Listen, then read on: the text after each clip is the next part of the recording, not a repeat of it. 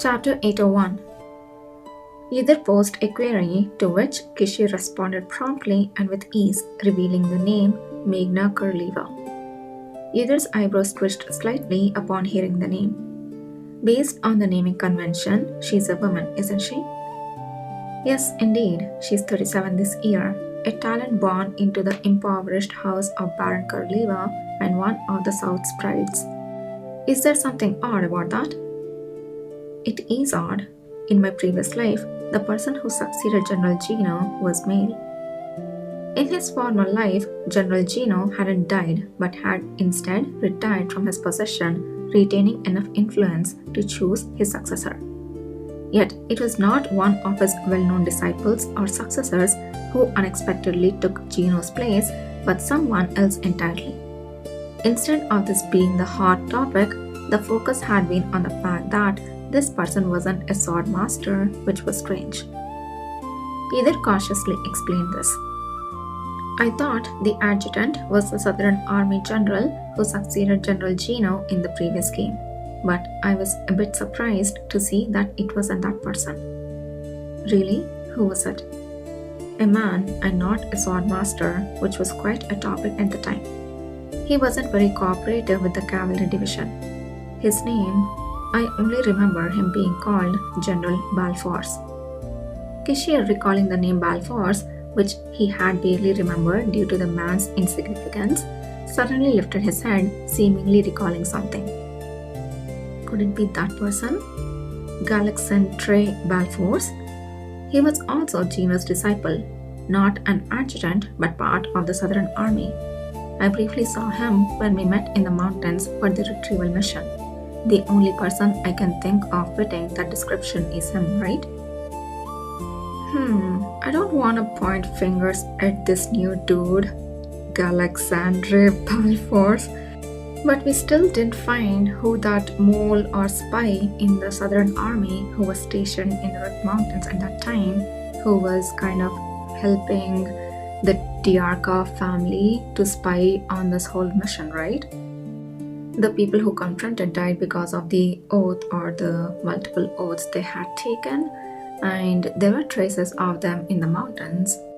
And we had a working hypothesis that somebody from the Southern Army who was stationed at the Rick Mountains was helping these people or corresponding with them, giving the information that Kishir Lahore was coming to retrieve this red stone or is here.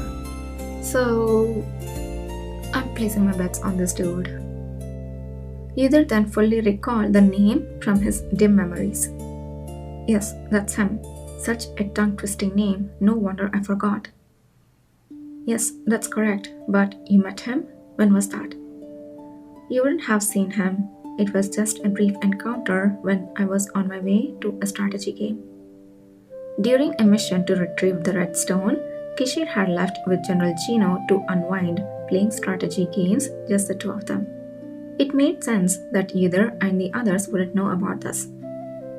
Ah, I see. But indeed, hearing this, it does seem strange. Kishir, arms crossed, murmured thoughtfully. What aspect do you find strange? Gino wouldn't have handled his succession carelessly, especially after devoting over 40 years to the South. He would have been most concerned about this matter. But Alexandre Balfours was rather infamous among Gino's disciples for being problematic. It's not widely known, but those who know, know. Gino's disciples weren't limited to Meghna or Alexandre. Kishir and even Emperor Kalusa were, in a broader sense, his disciples.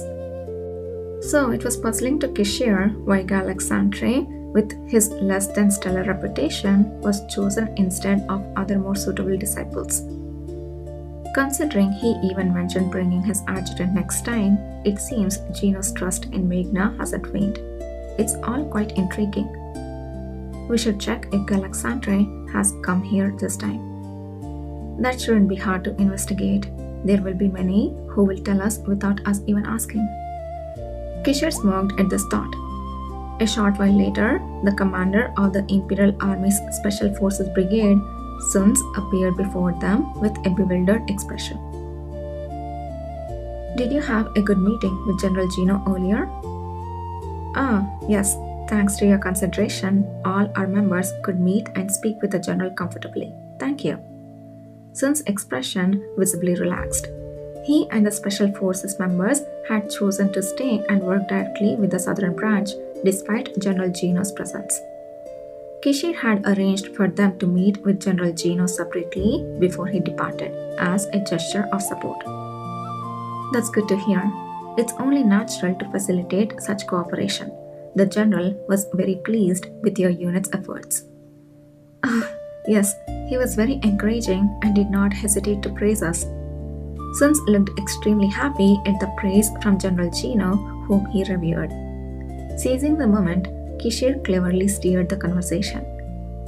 Speaking of which, I heard the General plans to bring his adjutant next time. Are you familiar with her?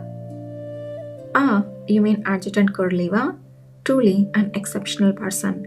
Frankly, our unit wouldn't have been able to form so quickly without her. Is that so? She may not be an awakener, but she was the first to recognize our necessity and potential, treating us without bias. When the idea of forming our unit first came up, it was her who staunchly supported our cause and persuaded others who were against it. According to Sun's, Meghna Kurleva had been safeguarding the south while General Gino was stationed near the Red Stone. After the task was completed, Meghna had been deeply impressed by the stories of the Awakener soldiers she heard from General Gino and had personally met and tested the abilities of Suns and Amon. She had then become an unwavering ally, significantly bolstering the Southern Army's strength. I had no idea such a person was in the Southern Army. Indeed, I would very much like to meet Adjutant Kurleva myself. What about Alexandre Balfours? He is also a disciple of the General and has shared many meals with you in the mountains, right? You mean Special Officer Balfours? Yes, he did come this time. Sun's expression turned ambiguous.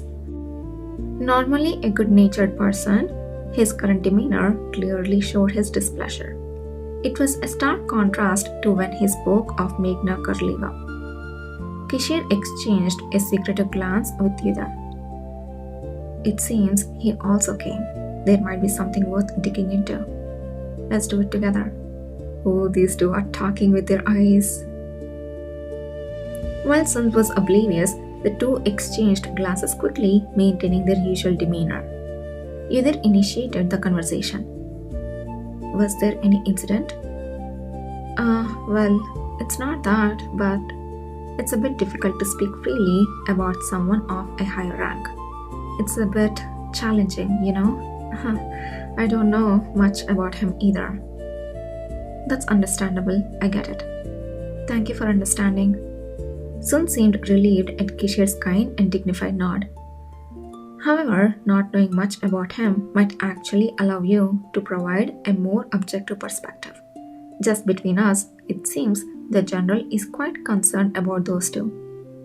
General Gino, you mean? Sun seemed more surprised by the mention of the General's name than the fact that the General was worried about those two. Shortly thereafter, it became clear that neither Kishir nor Yudar were denying the existence of concerning issues between Meghna and Alexandre. I, being less familiar with the situation, wanted to hear a balanced view from someone with a neutral perspective on these two, Kishir explained. Sun's eyes widened. His expression conveyed a sense of, "Are you asking me?" Before he could voice his thoughts, Yudar interjected.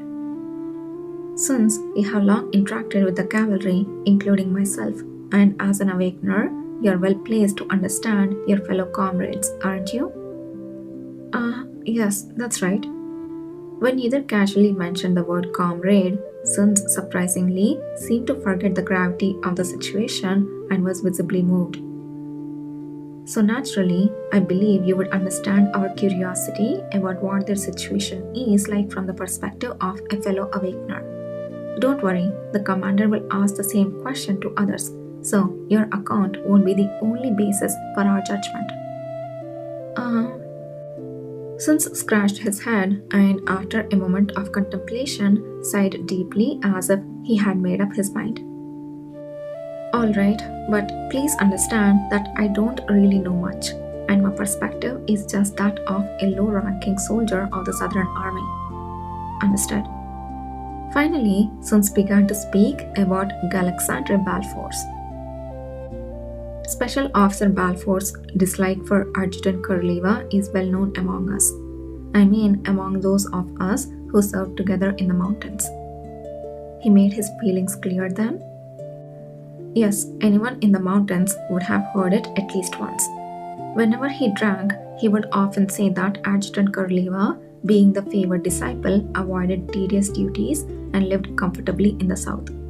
He frequently lamented that the position of the general's adjutant was originally his. Whether that's true or not, I can't say.